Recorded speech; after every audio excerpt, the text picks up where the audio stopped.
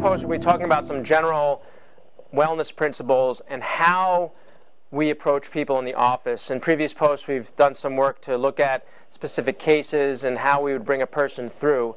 But just know in general, when a person comes into our office, we are going to be looking at them from a functional perspective.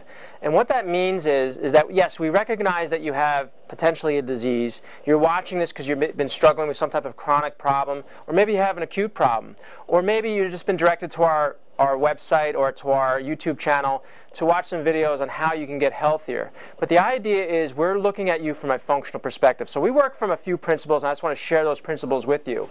First principle is that you want to treat the person and not their diagnosis. That's principle number one. You have to look at the person's entire health history, where they were, where they are, what type of support structures do they have, what exercise are they doing, do they have lots of stress, the job, are they being exposed to certain chemicals, what habits do they smoke, do they drink, what kind of foods do you eat. You have to look at all those things and look at the entire person and not just look at the diagnosis and then treat it. So although we will take that into consideration, it's not the way you want to go, because as a result you're limited in how much impact you're going to make on that person's health. Second thing is that you realize that function determines health, not the presence or absence of symptoms or disease. So just because you have no symptoms does not mean you're healthy. You may have symptoms, and that's an expression of health. In other words, I have another post that you can look at that talks about the presence and absence of symptoms and what it may mean. But the idea is getting your body to function better is what health is all about. How your body functions is through communication from brain to body.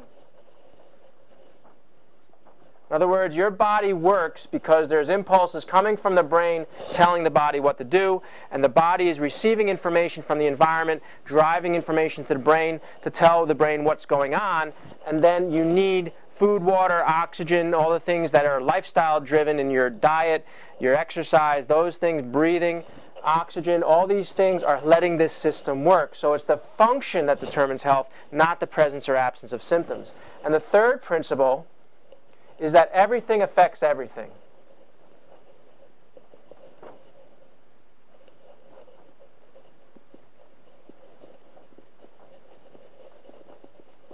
In other words, you have to look at everything. If a person's presenting with 4, 5, 6 different things, they have a relationship to each other. You have to look at the relationship between the nervous system and the immune system. You have nerve cells that receive immune chemicals. You have immune cells that receive neurotransmitters. You have endocrine system, your hormone system, influencing your nervous system. You have a thyroid that is affected by the liver. You have a GI tract that affects the brain.